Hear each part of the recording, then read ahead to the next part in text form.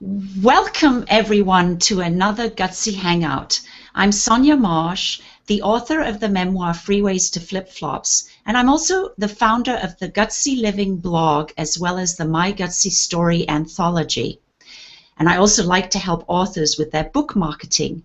It is my pleasure today to have a very good friend who I've met in person. She is a wonderful author and a blogger, and this is my friend Kathleen Pooler. Good morning, Kathleen. How are you today? Good morning, Sonia. So great to be here. Thank you. Thank you so much. I know you're super busy, and for all our friends who are listening today, let me just say that if you have any questions during our 30-minute interview, please write them in the chat box so that I can ask them to Kathy. But first of all, let me give you a little background. Kathleen Pooler is the author of a recently released memoir, Ever Faithful to His Lead, My Journey Away from Emotional Abuse. And we will discuss how she finally became a gutsy woman. Kathy spent the first 18 years of her life in a loving, supportive family. The next 25 years were engulfed in the abyss of 2 abusive marriages. Excuse me, I'm losing my voice. Can't believe this is happening. Anyway, Kathy rescued herself and is now dedicated to helping other women and men do the same. She hopes to help others find their inner strength through sharing her hard-earned lessons in her new memoir, as I said, Ever Faithful to His Lead, My Journey Away from Emotional Abuse. So, let us get started, Kathy. Okay. Tell us, yes, I know you had your book launch, how long ago? A week ago? Last Saturday, I had it at a local indie bookstore, a bookstore that was kind of hidden on a street where a lot of the surrounding businesses are closed, and a lot of the people in the community didn't even know about it, but it's a gem. It's like rooms and rooms filled with old books and memorabilia, and yeah, it was really fun. And I did see the little video that you have on your website. I'll be sharing your website later, where you interviewed the manager of the bookstore, I believe. Right. So let's get moving here. The title that we put was How Writing My Memoir Helped Me Get Gutsy. And what I want to ask you is, tell us a little bit about that writing process and what changed within you. Well, I basically had to write my way into the story, and the thing that really prompted me to write my story is that when I looked around and saw the wonderful life I was living, I thought, despite all the challenges I had been through, I wanted to share my hope with other people who are going through difficult times, that no matter how bad things may seem, that it is possible to climb out of the abyss of poor choices and missteps. So that's what prompted me to write the story. In order to help other people get through, would you say it's specifically to get through just abusive situations, or could it be applied to many other factors in life? Well, everybody has a story and everybody has challenges, so I suppose that could relate to just about any challenge anybody would have to face. You know, I think memoir has to be not just about you, it has to be, you know, you have to be able to connect with other people and have a universal theme. Right. And what I found fascinating when I read your book is that you came from a very loving family and you ended up choosing 2 abusive men. Could you please tell us how this happened? Yeah. Well, interesting, because that is the exact question that drove my narrative. And that is the question that was asked of me by people who loved me for the 25 years that I spent in this cycle. And I had to find the answer to that question. And so I just kept writing my way to the answer, and I did find it through the process. It was a very long, grueling, daunting process that I had to do it in what I call manageable doses. I could not face it all at once.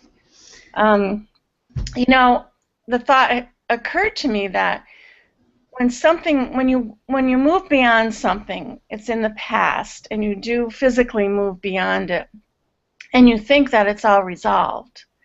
But I didn't realize until I started writing that there were little pieces and remnants of my story that I still hadn't really faced or resolved, and that was the pain and the guilt and the shame that I felt for making the poor decisions that I did make, despite being from such a good family. Right. And when despite being educated. I know, and one of the things when I read your memoir, I mean, I had a very loving family as well and a wonderful childhood.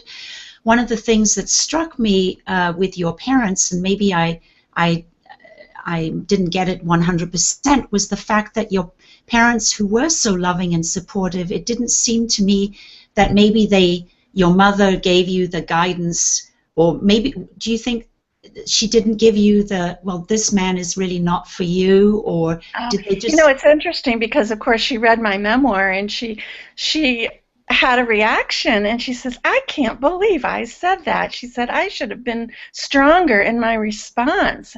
When I called home the first time after, 2 weeks after I was married, she was very upset with herself for not being a little bit more assertive. But really, in defense of her, I was also not totally honest with her because I didn't want to concern her. I didn't want to hurt her feelings or anything. So I don't think I painted a realistic picture to her as well, which was part of my issue.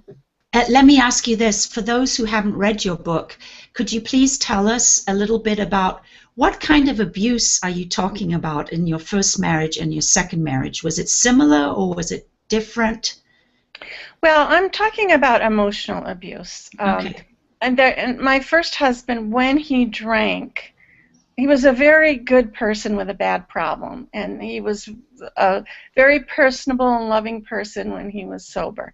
But when he drank, which ended up being a lot, he became a mean person. Right. And he did things like pulled my hair, but I never had any bruises, physical bruises or anything. But the second marriage was someone who was a bully. Mm-hmm. And I didn't see the red flags. In either cases, I didn't pay attention. I might have seen the red flags, but I did not pay attention.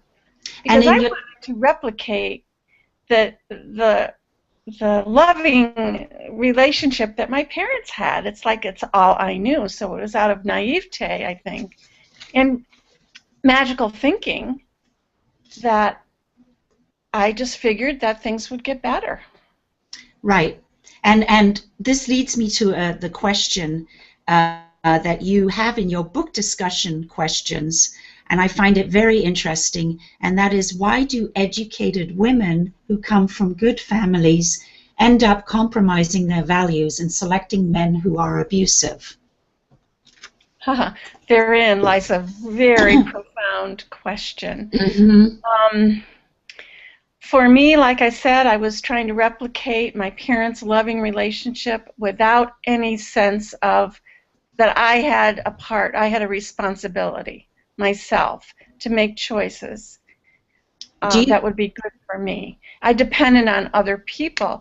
I suppose it also is a reflection of a poor self-esteem at that point in my life for some reason. I don't understand it myself, but at that point, I just, made decisions that were not healthy or were not good decisions. And do you think as part of it was the fact that your friends were getting married and you felt sort of, okay, it's my time now? And absolutely. My brother, my kid brother was getting married. I couldn't stand the thought that I was the old maid. I was 25. Oh, but my back gosh. then, there was more pressure to be a couple. And yes, a lot of my friends were getting married, and I was feeling left out. Right. And then you had two children. And what is it that sparked you into realizing that you had to do something? Was it for the sake of the children? I really think that yes, I think that that was a prompting factor for really actually making the move to leave. The thought of them coming home after school or bringing friends home after school and having their father drunk was unbearable to me. I think Yeah. that was a big factor in Right. making me move forward. Okay, so we're talking about alcoholism. What about abuse within somebody who's not an alcoholic? Was that your second husband? Right. I mean, I figured, well, he doesn't drink, so that's great. He must be Okay. okay. You know, that's the magical thinking. Um, yeah, I think abuse comes in many forms. And, you know, whenever you're with somebody who does not value you, Right. then, you know, you need to get out sooner than later.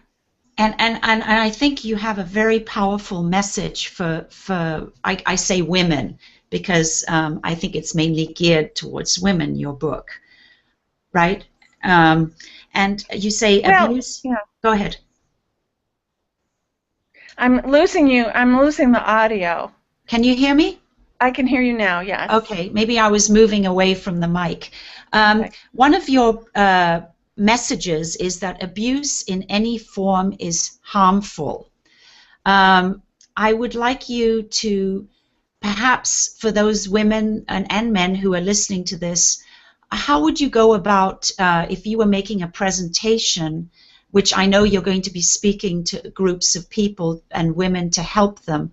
What is it that you would tell the message that you would give to get out of a situation as soon as possible? What is it that you? Well, the basic message is you need to value yourself and love yourself enough to not tolerate any form of abuse. Wonderful. And you need to recognize the red flags that you see whenever somebody crosses over and violates your space in any way, whether it be emotionally or physically, that don't make excuses for them. And don't think it's going to get better, because it won't. Okay. And do you say that emotional abuse is in a way more difficult for women to maybe realize that this is happening to them than physical abuse, obviously? Well, emotional abuse is far more subtle. Like I said, there's no, it's not, you don't have black and blue marks all over you. There's nothing Right. obvious. And so sometimes, you know, if you don't value yourself enough, you think, well, this is my problem. I should have been more, you know, caring, or I should have done more for this person. You know, you take on the blame that really is not yours. Right. Or at least I did. Yeah. Yes. And I just kept telling myself, well, it'll get better, and it never did. It never did. And luckily, I was able to extract myself from both situations before it became physical. So now that your book is written, and I'm going to share your website, we can talk a little bit about the writing process, but also your goals with your book. Let's start with your goals. Are you planning to go around to help groups of women, or? I'm letting it unfold, and I'm realizing that people have told me this is an important story that they can relate to. And there's many different angles that we can come from, and that is, one of them is how faith helped me find freedom from abuse, because that is tied in to my memoir. The other one is dealing with a spouse who drinks too much, and the codependency, the codependent type of behavior. And it all has to do with the sense of empowerment that women, mostly women, and you know, I will not, men are affected too by this as well, Right. and I'm certainly not I'm certainly open to dealing with men on this, because it can happen to anybody. Yeah. Right. So I'm just going to respond to what I feel the needs are out there. I'm, contacting like Catholic Charities. There's a group there called Women Empowerment that I'd like to partner with and maybe do some programs with, maybe do, have some speaking engagements. I don't have a specific plan or itinerary set up at this moment, but I can tell you that I'm starting locally. Right. And, working with church groups and working with community organizations and just seeing where it takes me. I will be doing a book event when I travel to Missouri, Trenton, Missouri, which is the opening scene of my memoir. Right. Right. And when are you going there? It's September 13th through the 21st. Okay. And will you be at where will you be speaking? Well, I've been talking with a local librarian, and the library is right next to the college, and they have a parking issue. So she said she wants to have the event in some venue where there's a lot of parking, which makes me think that, it's a small town, but they do things up big. Wow. And so she wants to stage it at a grocery store. Wow. A local grocery store where there'll be a lot of traffic. That's interesting. Or a community cultural center, either one. Okay. But it's going to be, at a pretty big venue, so it'll be interesting. I'm looking forward to it. Well, I'm going to share your website, and while I do that, maybe you could tell us a little bit I know you've updated it, and talk to us about all the stuff that you've done to build your platform, because I know you've done an incredible job, and to help other authors realize what it takes to write a memoir and get ready to launch it. So you could start talking while I share the... Well, probably the first bit of advice I would say is I think it's important to start a blog before you even publish anything. I mean, I started mine in 2009. I had no idea what I was doing, but only started it because I was told I really had to have this platform. So I started a WordPress.com free blog and just started doing like online journaling and chronicling my journey to memoir. And it gradually developed and grew to where it is now more of a website that has a blog but has other features such as book events and information about books I have published. And so it has grown along with me, and I think it's important to keep up with your own pace and keep continually upgrading it and making it match what you're doing and what you want to accomplish. And what we know as authors is that it's important to have a brand, and you have followed everything step by step, I know, for several years. Mm-hmm. And this is your latest website, which I see that you upgraded. When was it? A few weeks ago or something? Oh yes, that's a saga in itself, but yeah. Yeah, it became fully functional last Tuesday. Is there something you'd like me to... Fully functional for a week. Would you like me to click on a certain section to show everyone, or the memoir, about the book, your events? Yeah, you can do events. Okay. These are some of the events I have lined up. Okay, can you see this clearly? Mm-hmm. Yes, I can. Good. Okay. Yeah. So you have been very organized, and how would you tell authors, what do they need to know in order to launch their book, since yours is so recent? They need to know who to hang out with, like Sonia Marsh. Oh, I get Yeah. all my ideas. I mean, they need to really to be online and make meaningful connections and just hang out with the people that enhance your life and help you learn and grow.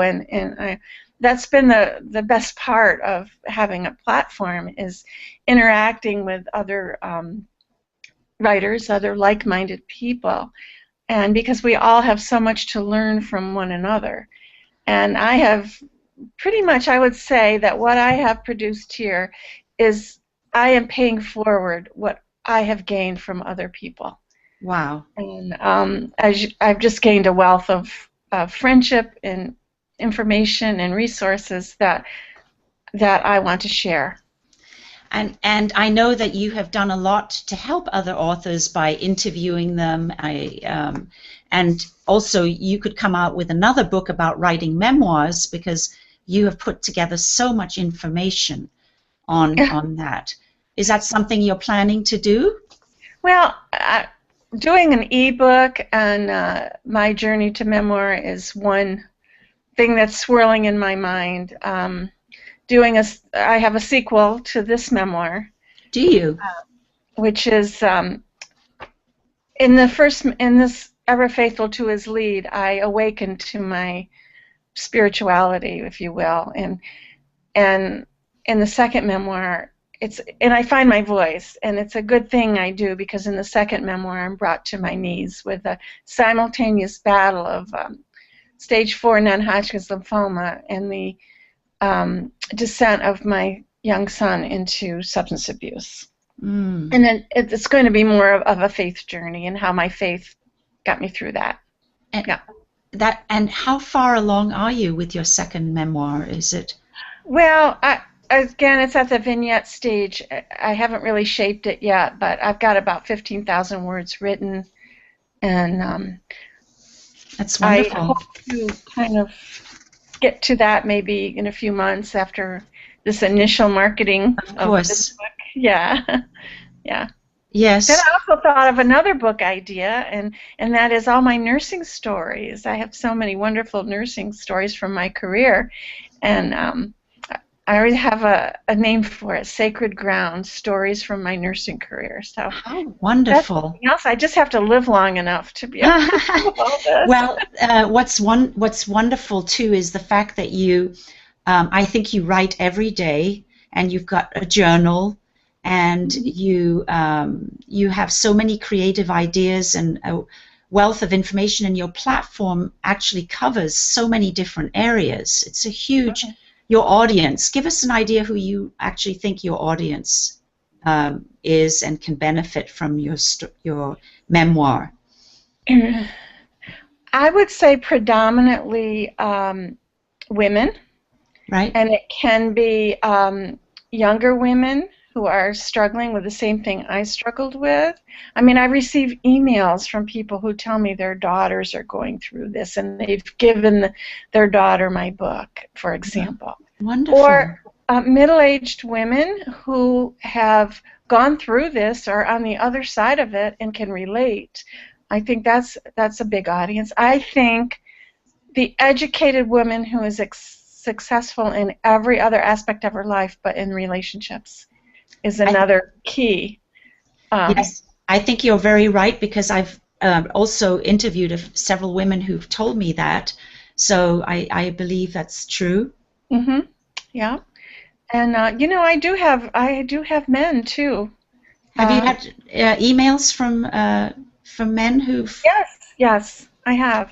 It's very, you know, that's the best part of writing a book is making all these wonderful connections with people. And, you know, it's like the book becomes a vehicle for a message to reach people. And hopefully, you know, take a lesson from the lessons I've learned.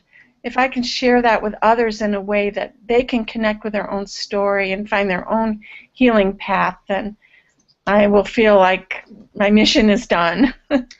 You know, one thing that I'm going to be doing, and I think you might want to do, is with book clubs. I'm doing a Skype interview with a book club in another state. That's a good. I think you should. You probably would do you'd be excellent for something like that. Have you been Yeah, I already approached? have some plans for that. Oh, Yeah. good, good, Yeah. good. And another thing I like about your book too is that you engage your readers to connect with you. You have all your social media links at the back so that people can get in touch with you, which not many authors do that. So that's a good idea for anyone who's writing a book.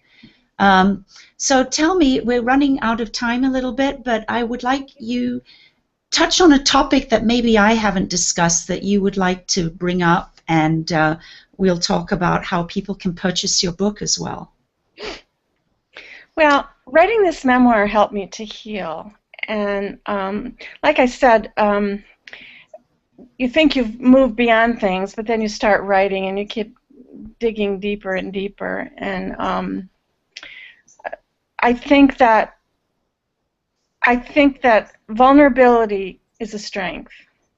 It turns into a strength when you can face the pain, and then not only face it, but when you can share it. Because I'll be honest with you, it was embarrassing to me. I'm a different person than I was back then, and it was hard for me to look at that young woman and say, how could you do this? I mean, and I know readers must feel, you want to shake this young woman and say, no, don't do this. I've had people say that to me. So I think it's important to embrace that vulnerability, and the only way to the other side of it is through it. Right. And however you can get through it, and that's why I put it aside many times. I cried many tears, but I healed. The guilt and the shame just shed away. And I just thought of a great question, I think, is if somebody had handed you your book when you were in that situation and you had read it, what do you think would have happened? I mean, that is a trick question, but wow, I wish I did have it. I know. I wish I did have it, that I could see that I had the answers within all the time, but I just didn't tap into that until I had gone through the 2 marriages, and it's like, you repeat the same mistakes until you finally learn the lesson. Well, then the other question becomes, are you ready to hear the answer? Because a lot of us going through something traumatic, we're in denial. I was in denial, yes. Yeah, I think writing it, like I said, I was forced to put this on the page, and it's like, I was embarrassed and vulnerable and felt shame and guilt and all this, but I just, when I put it on the page and then put it out there, I was able to let it go, and I found forgiveness for myself, and I found compassion for that young woman. Wow. That's wonderful. What a good message. Yeah. What a good message. Well, Kathy, I think we're going to wrap it up, but please can you tell us where we can find your book and anything else you'd like us to know about? Well, it's on Amazon, Barnes & Noble. It can be purchased from openbookspress.com, which has links to Smashwords, Amazon, and Barnes & Noble. And any bookstore can order it. Wonderful. So, yeah. Good. Well, it's been a pleasure seeing you in person again. I have to fly over to the East Coast to meet you again. Yes, oh, please do. I really want to do that, and thank you so much, and all the best of luck with this wonderful book, and I think you're going to help so many women and men. So thank you, Kathy. Okay. Thank you for having me, Sonia. It's a pleasure. Great. Okay. Bye, everyone. Bye-bye. Thank you for listening.